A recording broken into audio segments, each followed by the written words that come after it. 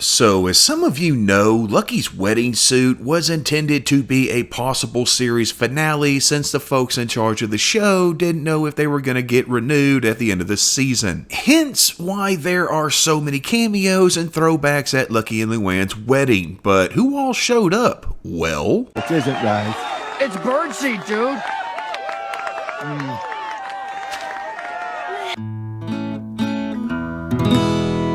Hey folks, welcome to Squirrel Tactics. Like, subscribe, check out the Patreon, let's do this. So we know the main people were there: Hank, Peggy, Bobby, Dale, Nancy, Joseph, Bill, Boomhauer, Con, Min, Connie, all the people you expect. Cotton, Dee Dee, and Baby GH are also all there. Let's celebrate! Mr. Khan, I'll have a Mai Tai. And we can see Ted, Cindy, and Chain Wasanasong seated behind them. They have motorboats, Peggy. Motorboats? Chuck Mangione was there. He provided the music as Lucky and Luanne made their way back up the aisle after the ceremony.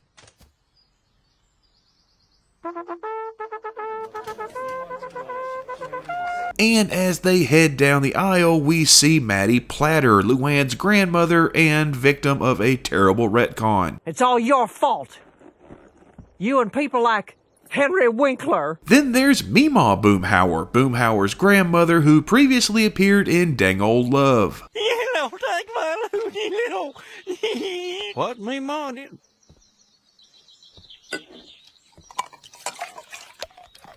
No, you little Boomhauer, you gonna coming out. I haven't seen you down so long. Here's Bob Jenkins, Peggy's fellow reporter at the Arlen Bystander, and apparently one heck of a softball player. Monkey business is my business.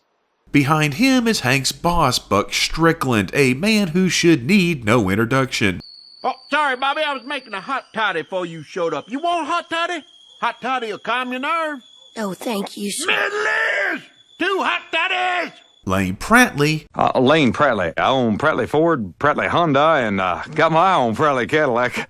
My daddy ain't doing so good. Yep, local businessman and overall sleazy fellow. Fun fact, in his first appearance, 9 Pretty Darn Angry Men, he was voiced by Dwight Yoakam. And this is Eustace Miller, who appears several times throughout the show, as does his son Randy, and he grew up with the guys, going all the way back to their Order of the Straight Arrow days. Are you ready? Yeah! You flunked the test of silence, Eustace. Give me a silent stick. For the rest of your long, miserable life, you will carry the scar of failure. Now go get me a beer. Here under the umbrella, we have Hank's mom Tilly and her then boyfriend Gary. This was before she did him dirty. Mom, that fella asked you to show him your high beams. Now, do you even know what he meant? Of course I do. I've been driving longer than you. Next to the happy couple is Ernst, Peggy's German hairstylist who appeared in Goodbye Normal Jeans. Okay, Ernst is done removing the parasites, but he cannot comb out the dark sadness that entangles you. What's up with that? And there behind Ernst we see Leanne Platter, Luanne's mother and Bill's ex-fiancée, who it looks like is either out of jail or she's on some kind of furlough. We're engaged! It was supposed to be a surprise! Tucked away back there, we have the gruesome twosome of Stuart Dooley and Clark Peters, 2 of Bobby's classmates and kinda odd picks to have there. Hell, knowing them, they may have crashed the wedding rather than being invited. I tell you, Bobby, it's just nice to have some suspects. I'm a suspect. Right here is Mac Walker, a repairman voiced by Burning Mac, by the way, who was hired by the Hills to fix their water heater before being attacked by Ladybird in Racist Dog. Ladybird, what's wrong with you? I'll tell you what's wrong with her. She's full of hate. Black hate. Behind him is Principal Carl Moss, and we've already said plenty about old Carl Moss and his downward spiral. If I could still feel anything, I'd be inspired. And then we have these 2 ladies. This, of course, is Colette Davis, owner of Hotties. I'm Colette Davis. I own Hotties. That's right. The one with the Z. Yeah, that one, the one with the Z, who was voiced by Christina Applegate and hired Luanne and Bill for a time as stylists at her salon. Now, next to her is a woman who was a bit of a mystery. I thought that she might have been Maria Montalvo, the woman that Hank finally hired after the guy he hired instead of her the first time turned out to be a junkie in junkie business. I am so happy to be working with you, Hank. Peggy's in the parking lot. She looks disgruntled. But no, I'm pretty sure this is Audrey, one of the girls that worked at Hottie's with Luanne and Bill. She was the one with the ferret, by the way. Audrey, congrats. Grab your ferret and your Jane magazines, your chair 4. It's possible she struck up a friendship with them since they were chair neighbors, and I could be wrong here. I wasn't able to find any listing of wedding guests that included Audrey on it, but I'm pretty sure I'm right. On the other side of the aisle, we first have Donna from accounting, more specifically the second Donna from accounting, a co-worker of Hank's from Strickland. Watch this one. Woo! Dance with me! Come on, I'm so drunk. I was so drunk. And then we get an interesting one because, according to every source I can find, this is Marie. Who were those guys? Why were you dancing with all those guys? Bobby, they're friends. Yeah, that Marie, the vegetarian Bobby kind of had a thing with and who he got revenge on by eating an entire 72-ounce steak rare in, and they call it Bobby Love.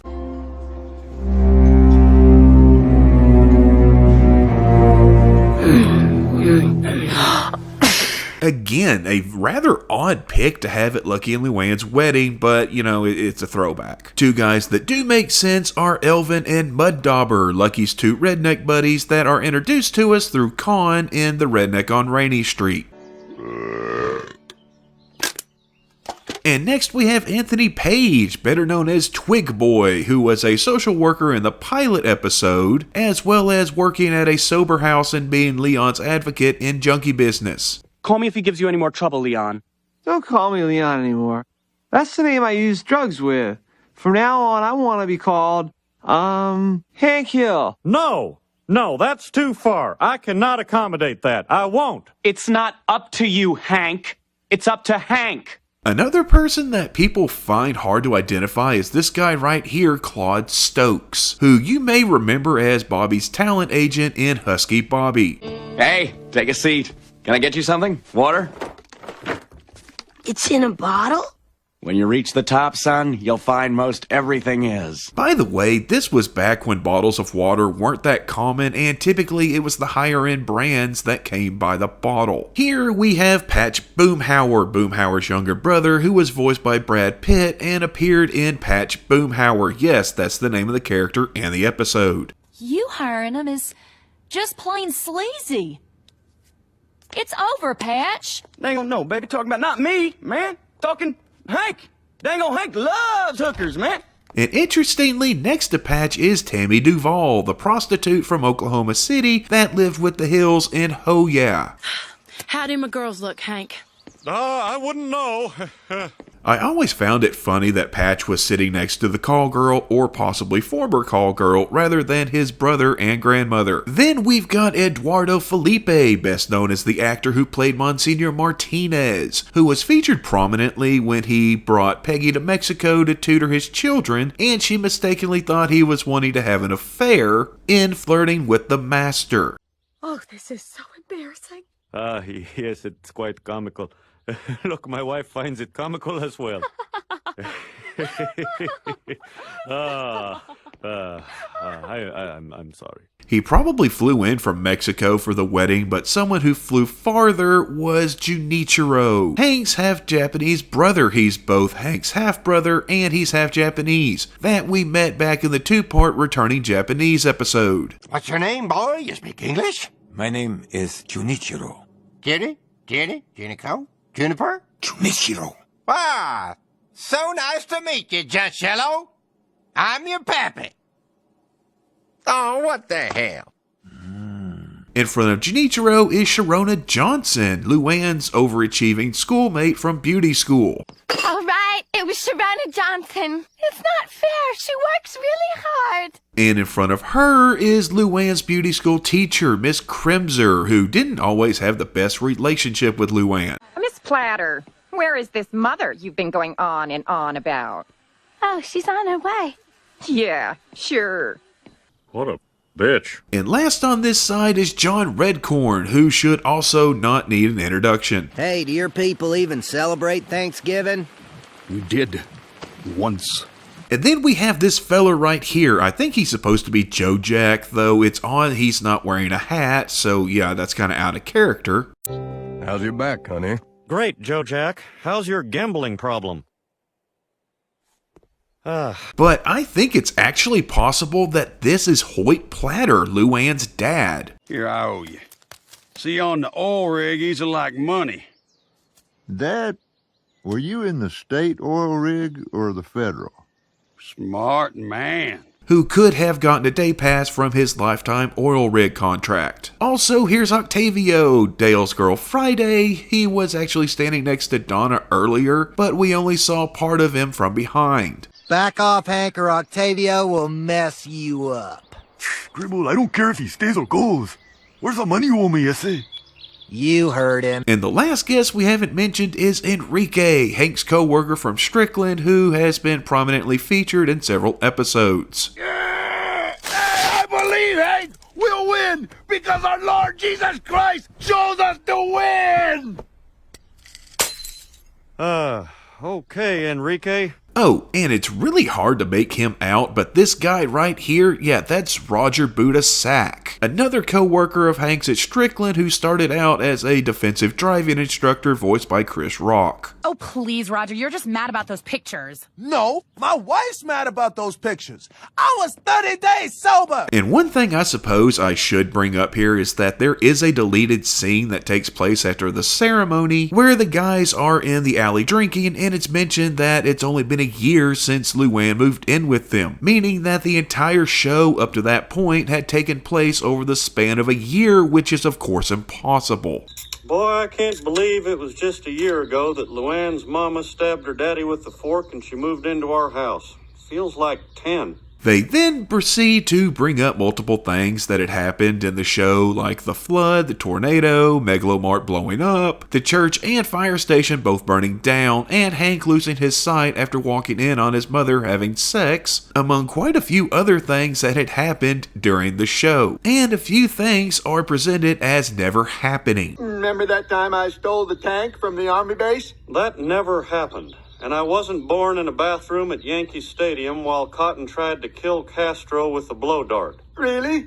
Bill, those were all vivid dreams you had after you ate at that revolving Hungarian restaurant in McManerberry. Oh, yeah, you're right. The only version of this scene that I could find was what looks to be a recording of a screen, but I'll post the link to it in the description if anybody wants to check it out. So yeah, that was every guest from Lucky and Luanne's wedding. Trust me, I watched the footage of before and after that ceremony more times than I would like to admit to make sure I caught everybody. But if I somehow forgot anyone and Reverend Stroop doesn't count because she was the officiant, let me know down in the comments. And in all honesty, if this had been the final episode of the series, I'd say it would have been a good end. You know, better than that whole 4 extra episodes coming out after the actual finale debacle. Dango, where's the best man? Dadgum, Hank, gotta give speech, man. Talking about life's fun or something like that, man. Oh my God, your Hank is dead on. You know, I do a great Bobby.